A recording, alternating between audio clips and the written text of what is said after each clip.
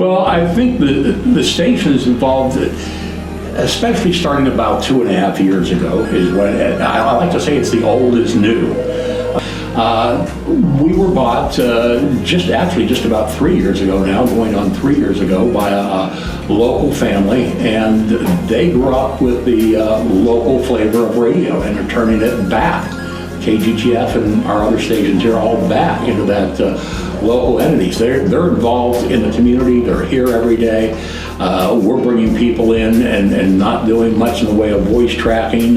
We do live and local, and we are really involved in community events, community news, community sports. It's starting to feel like KGGF is like it used to be in the 50s, 60s, and 70s, even into the 80s. This is a fun time to be working in radio in Coffeyville, Kansas, in southeast Kansas. It's we're getting back to the old ways. It's the radio the way I remember it. We're more a part of the community. You know, if somebody had asked me 5 years ago about retirement, I'd say, I'd probably go another 4 or 5 years, around 65 or so, and hang it up. And now I'm having so much fun in doing what we do. I will go another 10 years or as long as my health allows me to go. It's just fun what we do now. Probably the biggest story that I think really meant a lot to me was the flood of 2007. We were heavily involved in that whole situation. It all began for us the morning before the flood, about 7 a.m., when I got a call at home from Jim Miller, the County Emergency Management Director, and said that we have a situation here, and we got all hands on deck, and we began, we were in constant contact with emergency management, sheriff, police, fire. We were giving people warning on the east side of Coffeyville by noon that day that you need to relocate. And I remember taking a break about 3 or 4 o'clock in the afternoon, and just to go home and grab something to eat before coming back, and seeing people with pickup loads of furniture and stuff leaving the east side of town, moving to the west side. So I know we had a role in that. Our coverage continued. We had a full staff the entire weekend, nonstop, getting news and information that people needed to know out in the community. And then the aftermath of the flood, broadcasting live the community meeting at Nellis Hall at Coffeyville Community College. Doing things, we were able to get the rights to a song, a British country song, about, it's called something about Born Survivor, that was it. And we mixed audio from the events and the community meeting in with that. We were able to sell copies of it, and all the money donated, all the money that we sold, all of it went to the Red Cross. We made, not only did we not cover our own expenses, everything went to the Red Cross. So I feel we were involved in the community in a positive way, in a tough situation, a bad situation, but we were involved in a positive way throughout the whole time.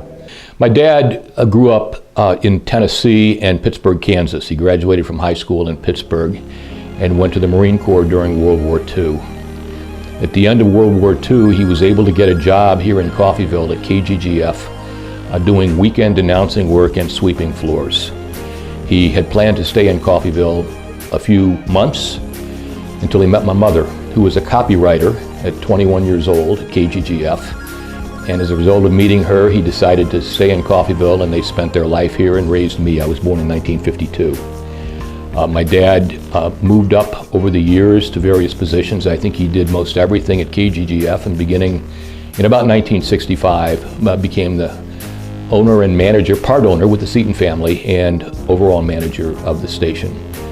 If there's a civic job in Coffeyville my dad did not hold, I'm unaware of it. He was the president of the Chamber of Commerce, the president of the Rotary, the president of the Country Club. He was the president of the Interstate Fair and Rodeo. He served on the Kansas Association of Broadcasters and was the president of that for 3 years, and was on the National Association of Broadcasters, and later went to BMI in New York, one of the 2 big licensing agencies, and actually became chairman of the board in New York, all on a high school education, for 3 years in the 80s before he retired from KGGF. He had, to me, an amazing career. He's my father, but what he did with a high school education continues to amaze me and always will. As a father, he was a tough taskmaster. He pushed me, and I'm so glad he did, to do well, do my best, always be honest, always give people your best efforts. He had a sign up here at KGGF on the wall, which I now own, for many years, that was a statement from Mark Twain, which is always do right.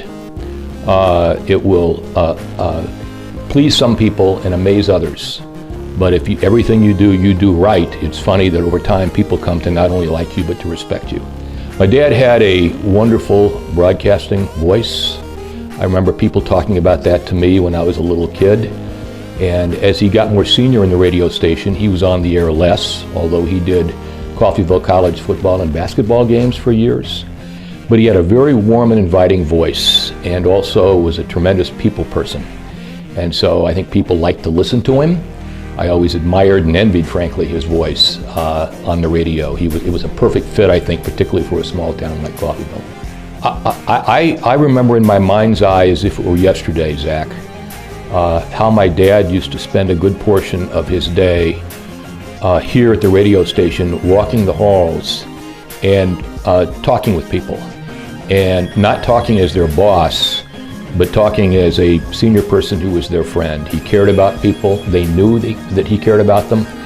And I just have such great memories of that. He was that way in town as well. There were a number of great leaders in Coffeyville back in the 60s and 70s who I recall, who were great people persons.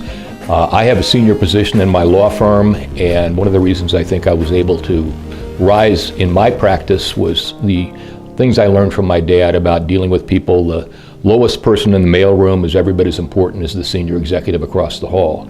That's the way he ran KGGF, and that's the kind of person he was. You know, I've become pretty involved in the community, the Chamber of Commerce, the Rotary Club, different other entities in the community, and he taught me about that's important. You know, that it's important to us and it's important to the community to be involved like that, and that's probably one of the biggest lessons I've learned from him.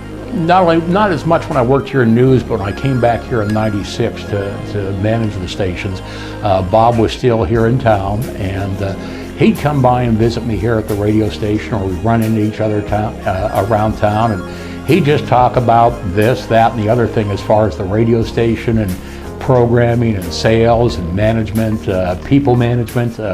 He was just a real mentor to me. I try to a degree, emulate what Bob taught me, and that permeates the whole staff. It did back in the 60s, 70s, and 80s, and we're trying to get that again.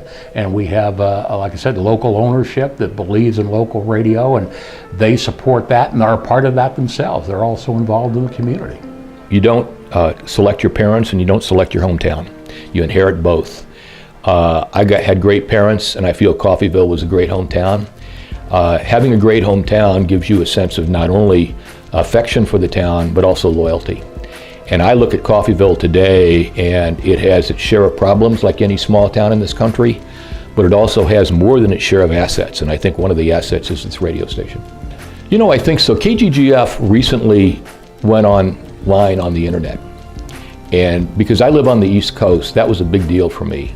I'm not saying I listen regularly every day for hours, but I'm able to listen to KGGF, to John Leonard and others, and I think the spirit that existed at this radio station many years ago is still here. The sense of community, caring about the community, reaching out to help the community, having people who are friendly and who want to be part of an important reawakening in Coffeyville. I think I still see that today, and I know from above he looks down, and I'm sure he's very proud about that.